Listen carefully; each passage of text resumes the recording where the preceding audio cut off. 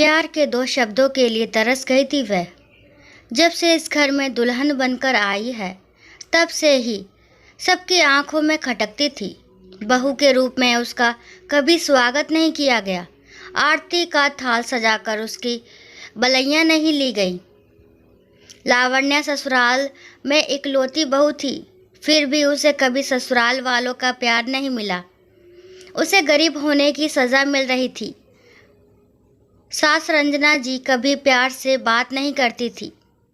हर बात पर डांटना और किस्मत को कोसना कि उनके माथे पर ये अनचाही बहू मर दी गई। वो अपनी पसंद की बहू चाहती थी ताकि उन्हें बहुत सारा दहेज मिल सके, उनका घर पैसों से भर सके। सास ने अपनी अमीर सहेली को जुबान दे रखी थी कि उसकी ही बेटी को वो अपनी बहू बनाएगी। ननद रीमा भी कभी सीधे मुंह बात नहीं करती थी। रीवा को लगता था कि भैया ने बेहद ही साधारण लड़की से शादी कर ली है। उन पर तो कई लड़कियां मरती थी, फिर भी उन्होंने लावण्या जैसी साधारण लड़की को चुन लिया। गौरव के पापा लावण्या की सेवा से बहुत खुश थे। संस्कारों वाली लड़की है, वो गौरव की प्रशंसा करते थे।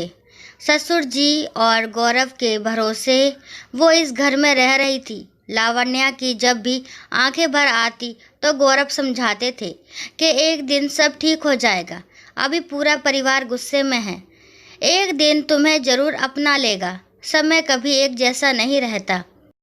लावण्या सब भूलकर मन से सबका ख्याल रखती थी। घर गृहस्थी के काम आसानी से संभाल लेती थी।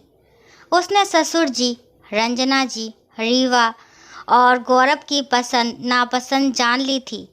उनके हिसाब से ही वो चाय, कॉफ़ी, नाश्ता और खाना बनाया करती थी। लावण्या इतना अच्छा खाना पकाती थी कि अब गौरव, रीवा और ससुर जी रंजना जी के हाथों का स्वाद ही भूल गए थे। रंजना जी ने रसोई में जाना ही छोड़ दिया था। गौरव और लावण्या की मुलाकात एक रिश्तेदार की शादी में हुई थी। गौरव लावण्या की खूबसूरती और सादगी पर फिदा हो गया था। उसने अपने परिवार वालों को बता दिया था कि वो लावण्या से ही शादी करेगा। किसी और लड़की के लिए उसके जीवन में जगह नहीं रहेगी। रंजना जी ने एकमात्र बेटे की शादी के लिए सपने देख रखे थे। जब उन्होंने मालूम किया तो पता लगा कि लावण्या निम्न मध्य वर्गीय परिवार से ताल्लुक़ रखती है। उनके और हमारे परिवार में तो ज़मीन आसमान का अंतर है। उन्होंने गौरव को समझाने की कोशिश की, पर गौरव अपने इरादों से डिगा नहीं। लावण्या बहू बनकर आ गई, पर रंजना जी और रीवा उससे भी ज़्यादा घर की बाई को इज्जत देते थे। लावण्या का मन उचट चुका था, पर इतने महीनों में सब लावण्या पर निर्भर हो गए थे। हर छोटे बड़े काम वो ही संभालने लगी थी।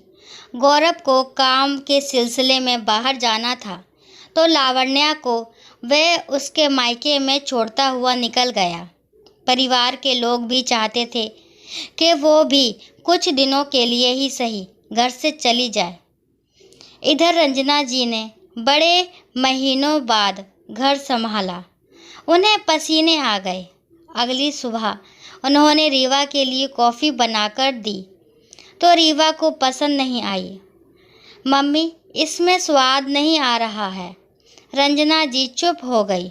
वो अपने पति को चाय देने गई तो उन्होंने भी बोल दिया कि चाय में चायपत्ती और दूध का सही संतुलन नहीं है, चीनी भी ज़्यादा है। बहू के हाथ की चाय अलग ही होती है। लावण्या के लिए बहू शब्द सुनकर रंजना जी गुस्सा हो गई। वो इस घर में रहती है, गौरव की पत्नी होगी, पर मेरी बहू नहीं है जो एक पैसा भी लेकर नहीं आई। गरीब की बेटी पर दया करके गौरव उसे ले आया है, मैं उसे स्वीकार नहीं करूँगी। ससुर जी उसे समझाते कि गौरव एकमात्र बेटा है और उसकी पत्नी इसी घर की बहू है, पर रंजना जी और रीवा को तो ये बात समझ नहीं आती है। लावण्या को गए हुए बहुत दिन हो गए। इधर रंजना जी की हालत खराब हो रही थी। लावण्या ने पूरे घर की जिम्मेदारी उठा रखी थी, तो रंजना जी निश्चिंत थी। एक दिन रंजना जी को अचानक चक्कर आ गए और वो गिरकर बेहोश हो गई। डॉक्टर ने बताया कि बीपी हाई हो गया है, डायबिटीज़ भी बढ़ गई है। इन्हें आराम की और तनाव मुक्त रहने की ज़रूरत है। रीवा से अकेले सब नहीं संभल रहा था। ससुर जी ने समझाया कि बहू को बुला लो। अब रंजना जी और रीवा को लावण्या की याद आने लगी। इधर गौरव भी खबर सुनकर आ गया। गौरव, तू अकेला आया है, लावण्या को नहीं लेकर आया? मम्मी, अब लावण्या नहीं आएगी, उसे यहाँ अच्छा नहीं लगता है। मैंने भी ज़बरदस्ती नहीं की, फिर उसका मेरे सिवा यहाँ पर कौन है? गौरव ने बोला।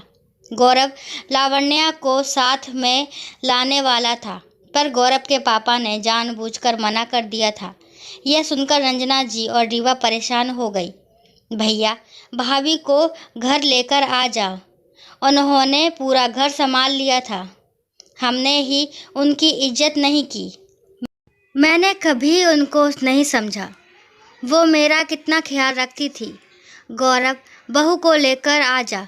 मैं भी कितनी नासमझ थी, केवल दहेज और पैसों को देखती रही, बहू की सेवा और संस्कारों को नहीं देखा। उस बच्ची ने हमारी जली कटी सुनकर भी घर को संभाला।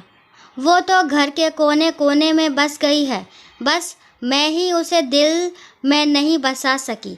रंजना जी की आवाज़ में पश्चाताप झलक रहा था। गौरव ने तुरंत लावण्या को फ़ोन लगाया। रंजना जी ने बात की। बहू, तुम अपने घर आ जाओ। इस घर को, मुझको, हम सबको तुम्हारी बहुत ज़रूरत है। तुम क्या गई, घर की रौनक ही चली गई है। यह सुनकर लावण्या को विश्वास नहीं हुआ। बहू शब्द सुनने के लिए वो तरस गई थी। गौरव लावण्या को लेकर आ गया। रंजना जी और रीवा ने आरती का थाल सजाकर बलैया ली। अपनी बहू को मन से स्वीकारा। आज सही मायनों में लावण्या का गृह प्रवेश हुआ था। दोस्तों, बेटियां घर की रौनक होती हैं तो बहुएं घर की रीढ़ होती है।